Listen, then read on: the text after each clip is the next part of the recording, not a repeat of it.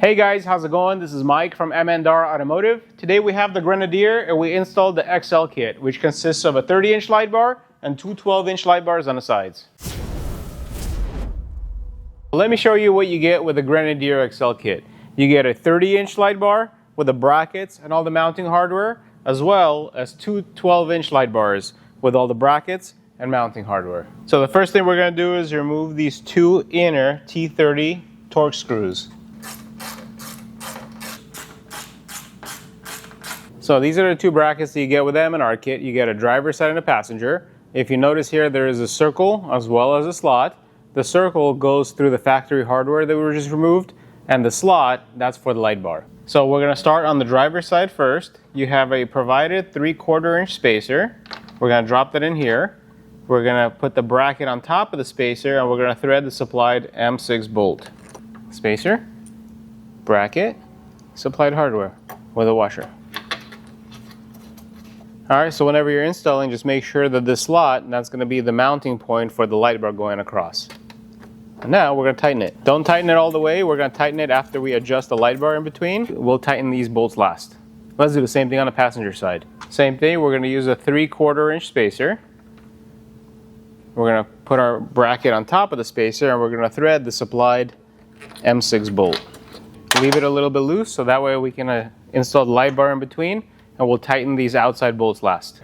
So now let's go ahead and install the light bar. Before we do that, we know that factory auxiliary switches are on the driver's side under the hood. So I'm going to have my wire come out on the driver's side as well, so that way it creates a shorter path to our auxiliary switches. So now let's use the supplied hardware. You have two bolts and two washers on each side that hold the light bar to the M&R bracket.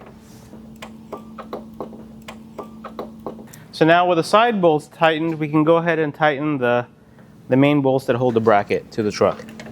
Alright, so now that we installed the 30-inch light bar, let me show you how to install the two 12-inchers on the side. Let's remove this front trim piece by using a T30, Torx 30, and there's 4 bolts on the front. So after removing the 4 bolts, we can pop this cover off and put it to the side. So now we have to remove 4 more screws. While you still have the T30 bit, remove these two because these are two different sizes. So we're going to take the T30 and remove the outer ones. Okay, so now these two, those are T40. So we changed the bit. That's one, that's a short one. And the longer one's on top. So the bottom bolt was a short one, the top bolt was the longer one. Alright, so now we can remove this trim piece. Pull it towards you. Get it out on the bottom first.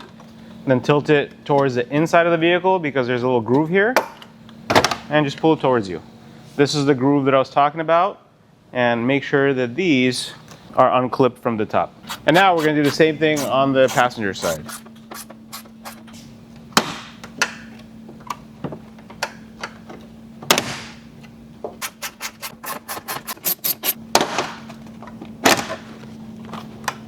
So on each side, we're going to remove 2 T30 bolts.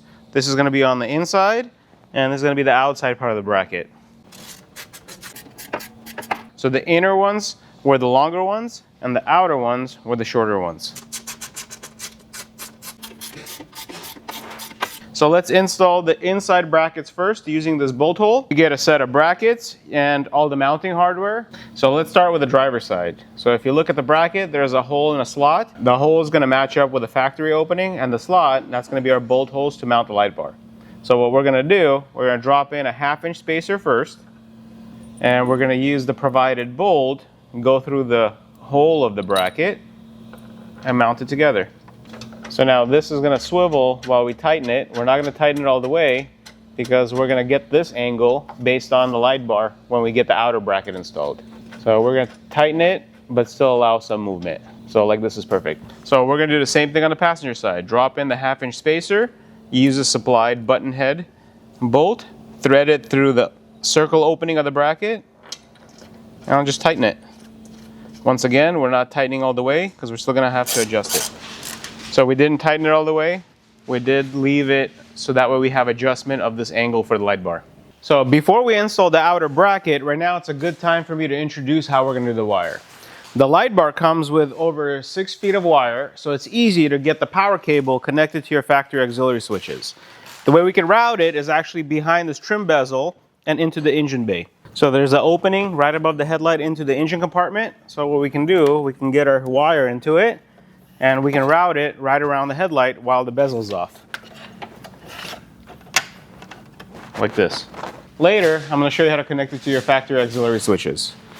The 12-inch light bars only come with 16 inches of wire. So we provide a wiring harness in order to bridge the two sides together and also run the power to the auxiliary switches. So you also get two separate grounding straps, one for driver's side and one for passenger. So these are the two bolts that are provided with the kit. The ones that we use for the insides are all button heads, and the ones that we use for the outsides, those are Allen heads. So the Allen head bolts, which are these for the outsides, they're a little bit shorter and they have a little bigger head. These are the outer brackets. They're going to reuse the factory opening. We're going to start with the driver's side, and the bracket's going to get installed like this. So with the supplied hardware, we're going to thread it through the eyelid of the grounding strap, and we're going to thread it through the round opening of the bracket. So now I'm going to use a 5mm socket tool. So it's pretty much a sandwich where you have the metal bracket followed with the grounding strap and then the supplied bolt. Don't tighten it all the way. We still need adjustment to center our light. All right, so now let's grab our 12-inch light bars. We're going to mock it up in between the brackets so that way we can tie down the bolts and get the proper angle. So we're going to place it in between. All right, so we're just going to use one bolt on each side because this is only temporarily. We're going to remove this bar.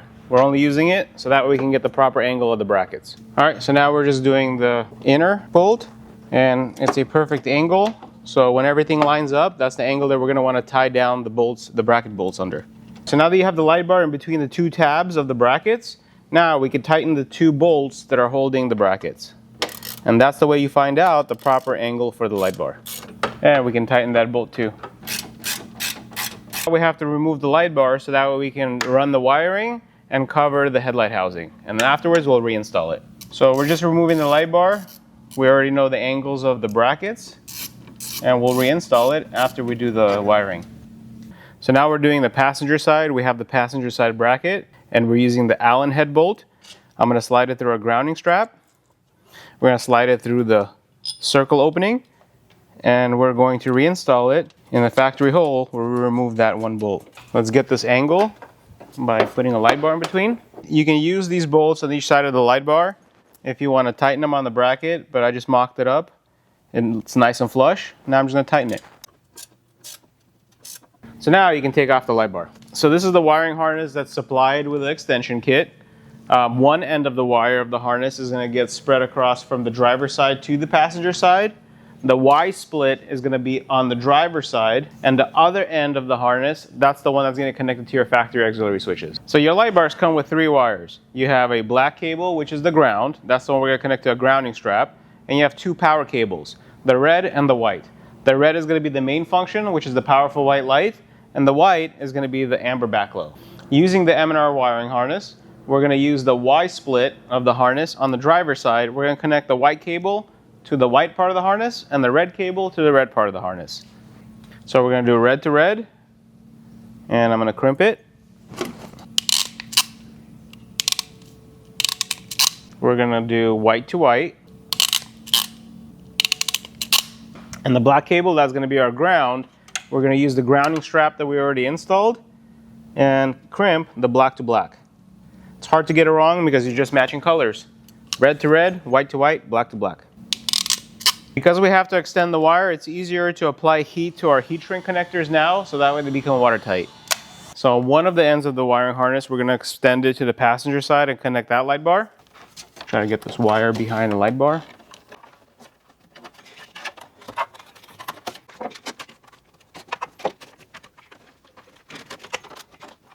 So now we extended our wiring harness to the passenger side, and we're going to do the same thing. White to white, red to red, black to black. So let's start with the white. Get a nice crimp. I usually like to double crimp it to make sure that it doesn't come out. We'll do the same thing for the red wire.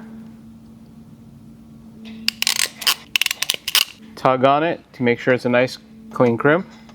And we're going to do the same thing with the black cable, which is the grounding strap. Let's apply heat to these heat shrink connectors to make them watertight. With the second end of the wiring harness, we're going to get it into the engine bay right next to our light bar. So there's an opening here, you can just feed your wire through it. So now we have the wiring for our light bar and the wiring for our extensions in the engine bay. With the extra wire, we're just going to use some zip ties to bundle it up and make it nice and neat.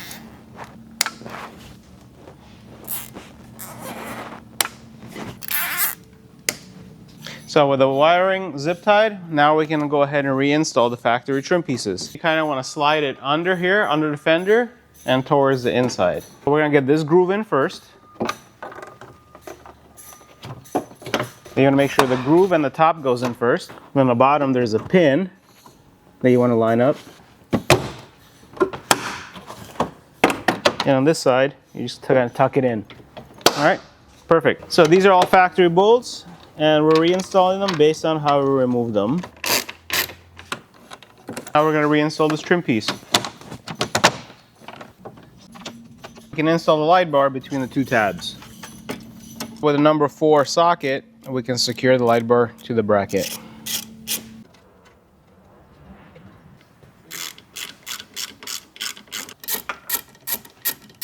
So now we can do the same thing on the passenger side. Let's zip tie this wiring. After zip tying the slack wiring, we can install the trim pieces around the headlight. All right, and with the supplied hardware, we're going to secure the light bar to the brackets.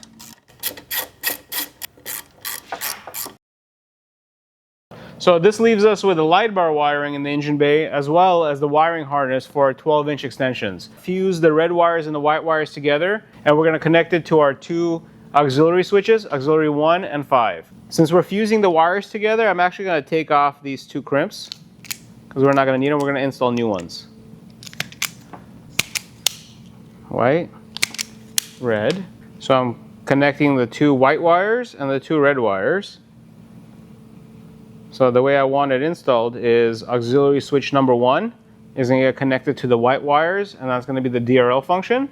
And auxiliary switch number 5 is going to provide power to our powerful white lights, which is the red wires. So now that we fused the 2 reds and the 2 whites together, I'm going to go ahead and put a crimp on it. Since we only have 2 auxiliary switches in the front, fusing the wires allows me to control all of our lights with 2 switches. So with switch number 1, all the DRLs are going to turn on, and with switch number 5, all the powerful whites will turn on. And there's only 1 ground here because we already have the extensions grounded to the bracket.